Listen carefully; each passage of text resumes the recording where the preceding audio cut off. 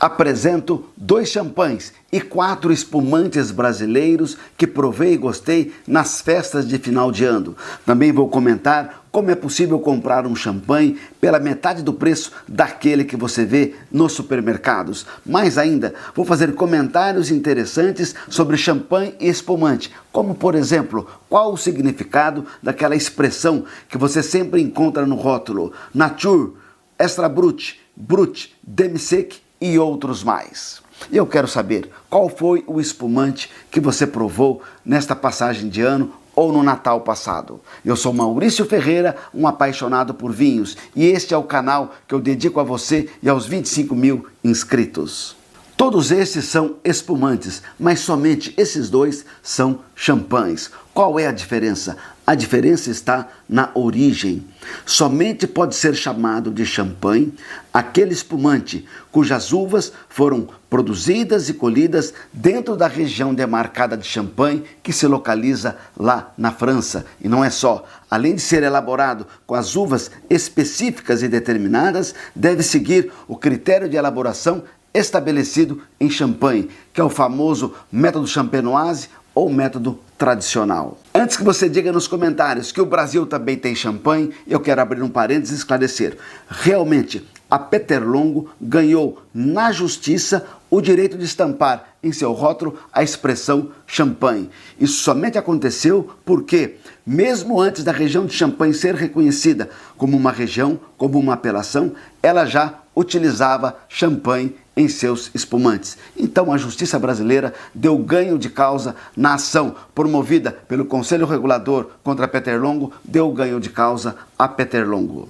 Mas tecnicamente não é champanhe, pois tecnicamente somente os espumantes produzidos na apelação de Champagne, na região de Champagne na França, é que recebem este nome e são reconhecidos como tal. A questão da Peter Longo é uma questão judicial de direito do uso de um nome.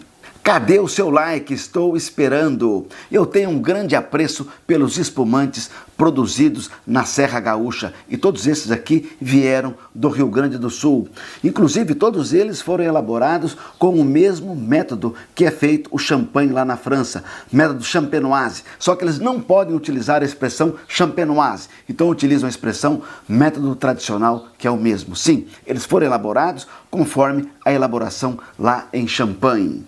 Outro ponto interessante é que muitos desses espumantes utilizam as mesmas uvas que são empregadas em Champagne, que as principais são a Chardonnay e a Pinot Noir.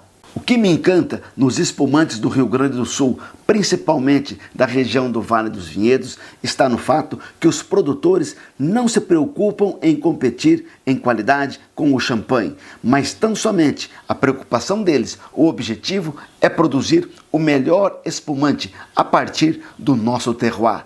E com o foco neste objetivo, estes produtores lá do Rio Grande do Sul têm conseguido alcançar em concursos na Europa centenas e centenas de medalhas. Tudo isso revelando a alta qualidade dos espumantes brasileiros. Mas a grande pergunta é, mesmo champanhe simples como esses 2, esse champanhe mais simples, ele é superior ao espumante brasileiro? Preste atenção, o espumante brasileiro tem uma alta qualidade e um ótimo preço. Considerando a qualidade e preço, o espumante brasileiro é excelente, mas o champanhe tem todo um diferencial, como por exemplo a sua acidez. A acidez de um champanhe, mesmo mais simples, e a sua complexidade de aromas e sabores são imbatíveis. Por isso é que, de certa forma, o champanhe está no patamar, no topo, entre os espumantes de todo o mundo. Mas tem um problema. O problema é o preço. Por isso que, nesse contexto, entra os espumantes brasileiros com uma boa qualidade e por um preço justo. Não perca nenhum vídeo do canal. Inscreva-se e ative o sininho para receber o aviso quando eu publicar um novo vídeo. E afinal de contas, quanto custa um champanhe? Vou dizer para você, o céu é o limite, mas vamos nos ater em champanhe simples, que é muito mais acessível. Um champanhe simples como este dificilmente chega ao mercado brasileiro por preço inferior a R$ 450. Eu bebo muito espumante brasileiro, mas também gosto de um champanhe. Como eu faço para comprar? Vou começar a explicar agora. Eu fico garimpando os preços desde a Black Friday até o final do ano, onde você tem uma sucessão de promoções, principalmente no site das importadoras no último dia do mês. Eu consegui uma promoção o ano passado, na Evino, por exemplo, em que paguei em cada champanhe aproximadamente entre 200 e 220 reais. Isto sempre comprando kits, várias garrafas, onde no kit cada garrafa já tem um valor inferior. Este panier é importado pela Evino e o Mutundu é trazido pela Wine. E este já é o segundo ano que eu provo desses dois champanhes, mas a minha preferência recai sobre o panier.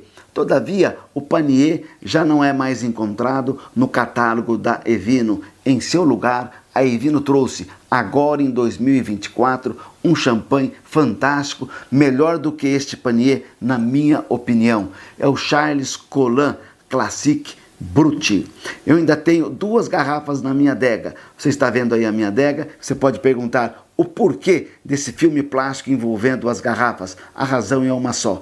Como alguns vinhos ficam muito tempo na adega, é para evitar que os rótulos se soltem. O grande diferencial do Charles Colin é que ele passou maturando 36 meses, 3 anos sobre as leveduras. Isso lhe conferiu detalhes especiais. Por isso a sua cor é levemente puxada para o amarelo. Ele apresenta nota de frutas secas, de especiarias, e também você tem na boca uma refrescância muito grande ligado a notas cítricas. O que gostei é uma notinha toda especial de figo. Vale a pena provar esse Charles Colin. Vou falar para você o preço daqui a pouco. O preço de catálogo desse Charles Colin é de R$ 450, mas há um cupom disponível. Estou gravando esse vídeo no último dia de janeiro de 25. É o cupom mais 40. Você tem 40% de desconto e ele sairá por R$ 270. Dificilmente você encontra no mercado um champanhe que passou 3 anos de maturação por esse preço, R$ 270. Vou deixar para você o link na descrição, caso tenha interesse, mas ainda é possível comprar esse espumante por um preço um pouquinho menor, que eu vou explicar agora. Não se esqueça que você tem também o cupom do canal, Maurício-Evino, mas não é possível associar 2 cupons diferentes. Assim, ao entrar no site da Evino, você sempre vai ver se existe algum cupom disponível maior que 5%. Se existir, é óbvio, você vai usar o cupom do site. Se não existir, você pode usar o cupom do canal. Há mais 2 possibilidades para você pagar um pouco menos nesse Charles Colin. No kit de 3 garrafas, usando o cupom Maurício-Evino, cada garrafa sairá por R$ 2,66. Mas a grande vantagem que eu acho é o kit com 4 garrafas. Associado ao cupom Maurício-Evino, você vai pagar tão somente R$ 247. É o que eu disse, um valor desse, menos de R$ 250 por um champanhe que maturou 3 anos sobre as leveduras, eu acho que é um preço excelente. Então vamos falar do espumante brasileiro e vamos começar por esta beleza da Miolo, que é o Millésime. Por que ele tem esse nome? É simples de explicar. Ele é produzido somente em grandes safras. No caso, a safra dele é 2020, que foi, de certa forma, a melhor safra dos últimos anos. Foi considerado as safras das safras. Millésime, de certa forma, é um sinônimo de safra. Caso você não saiba, a grande maioria dos champanhes e dos espumantes não são elaborados com vinhos de uma única safra, mas sim com blends de diversas safras.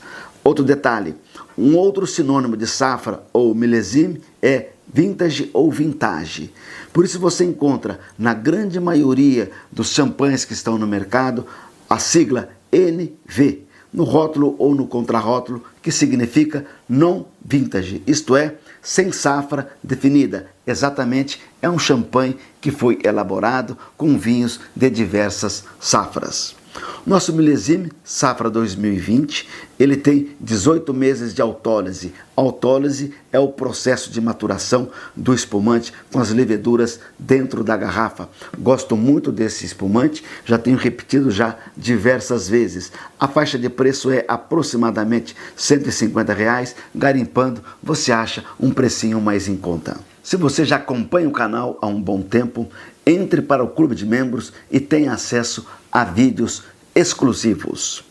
O destaque agora fica para a Casa Fontanari, que eu já referi a essa vinícola em vários vídeos. Eu gosto muito dos espumantes da Casa Fontanari, principalmente esses dois, e tenho repetido ele todo ano. Sempre compro uma caixa de cada um. Eu raramente repito vinhos, mas quando se trata de espumante, eu acabo repetindo quando eu gosto, que é esse caso. A Casa Fontanari é uma vinícola familiar que produz todas as uvas que são destinadas aos seus vinhos. Ela não compra uvas, por isso ela se autoclassifica como uma vinícola autoral. Mas o destaque está para a linha de espumantes Mion, porque o enólogo Vitor, ele deixa alguns desses espumantes, dessas garrafas, maturando por muitos e muitos anos. Quando ela fica pronta, depois de 2 anos, 3 anos, ele começa a lançar no mercado, e algumas ele guarda. Essas duas permaneceram em maturação por 72 meses de autólise, 6 anos, tanto que uma delas traz aqui o ano de 2018. Isso confere ao espumante toda uma complexidade diferenciada. Vamos falar um pouquinho mais sobre esses dois espumantes. Este primeiro, ele é um Blanc de Blancs. Quando você encontrar em algum champanhe ou espumante a expressão Blanc de Blancs, significa que ele foi elaborado somente com uvas brancas. E nesse caso aqui é a Chardonnay. Este aqui é um rosé. Muito interessante esse rosé, pois o enólogo simplesmente separou as principais uvas dos seus vinhedos, uvas tintas, e com um blend dessas uvas tintas, ele fez esse rosé. São 5 uvas, se eu não me engano, vamos contar. Ele começou com a Nebbiolo. A Nebbiolo é a uva do Barolo lá do Piemonte. Depois veio a Syrah, depois veio a Marcelin, Cabernet Franc e Cabernet Sauvignon, são 5. Isso dá toda uma estrutura diferenciada para este espumante, que é rosé. O detalhe está, apesar do custo que o produtor tem em manter maturando, por exemplo, 72 meses, 6 anos de maturação, essas garrafas você encontra, eu acho que ainda encontra lá no site da Casa Fontanari, aproximadamente por R$ 150. Mas na hora de comprar, preste atenção no tempo de maturação daquilo que você está comprando. Você nem imagina o quanto que eu já investi em cursos e livros sobre vinhos. Tudo para fazer pesquisas e trazer para você o melhor conteúdo. Por isso eu peço a sua ajuda. Se você já acompanha o canal há um bom tempo e gosta do canal, quer ajudar a manter o canal, vou deixar a minha chave Pix aí na tela. Qualquer valor é muito bem-vindo. Minha chave Pix é o meu e-mail. Você sabia que o Brasil é o primeiro país fora da Europa, isto é, do Novo Mundo, que tem uma denominação de origem exclusiva para espumantes? Eu estou falando da denominação de origem Altos de Pinto Bandeira, que fica lá na Serra Gaúcha. E é exatamente de lá que vem este Cave Geiss. Cave Geiss é um dos meus espumantes preferidos lá da Serra Gaúcha. Vou dizer para você que a qualidade deles é altíssima. É um preço um pouco mais diferenciado, na faixa de 150, 160, 170 reais, mas é uma boa experiência. De todos os 5 produtores que fazem parte lá da DO Altos de Pinto Bandeira, sem dúvida alguma, Cave Geiss é o meu preferido. Preferido também é esse estilo de espumante, Extra Brut. Sabe o que significa? Vou explicar para você agora. Gosto do Extra Brut porque ele tem um pouco menos de açúcar. Vou explicar para você agora como funciona essa gradação do açúcar no espumante e no champanhe. Vamos nos ater aos espumantes elaborados pelo método tradicional, que é aquele igual de champanhe, onde a segunda fermentação ocorre no interior da garrafa. Terminado o período de maturação, seja 12, 18, 24, 72 meses, é necessário retirar as leveduras do interior da garrafa, porque senão o champanhe ou espumante ele fica turvo. Nesse processo de retirada, da levedura, sempre se perde um pouco de espumante. E para completar a garrafa é colocado o chamado licor de expedição, que nada mais é vinhos de altíssima qualidade com uma certa dosagem de açúcar. E dependendo o quanto de açúcar tem exatamente nesse licor de expedição, é que nós teremos a diferenciação dos vários tipos de espumantes. Vamos começar com o mais seco de todos, que é o espumante Nature. O espumante Nature não recebe açúcar no licor de expedição. Por isso, o açúcar que ele tem é simplesmente o açúcar residual do vinho do qual ele foi elaborado. Assim, o Nature ele tem menos de 3 gramas de açúcar por litro. Depois vem o Extra Brut, que é a partir de 3 gramas até 8 gramas por litro. Na sequência, o Brut, que é a partir de 8 gramas até 15 gramas por litro. Seco ou Dry, a partir de 15 até 20 gramas por litro. O Demi-Sec, de 20 gramas até 60 gramas por litro. E por fim, o doce, a partir de 60 gramas de açúcar por litro. Importante lembrar que o champanhe tem um pouco menos de açúcar que o espumante brasileiro. Significa que essa tabela que você está vendo agora é tão somente para os espumantes brasileiros. Espero que tenha gostado da apresentação desses champanhes e desses espumantes brasileiros. Mas eu quero saber, deixe a sua resposta nos comentários. Qual foi o espumante que você provou na passagem do ano, nas festas agora, no final de 2024? Caso você não tenha bebido qualquer espumante, diga pelo menos qual é a sua preferência de espumante, qual é a marca, qual é a vinícola. Mais ainda, se você gosta de Brut, Extra Brut, Demi-Sec, eu quero saber como é a sua preferência, o seu paladar. É uma satisfação ter a sua companhia até esse momento. Para mim, você é a razão de existir este canal. Saúde, um forte abraço e até o próximo vídeo.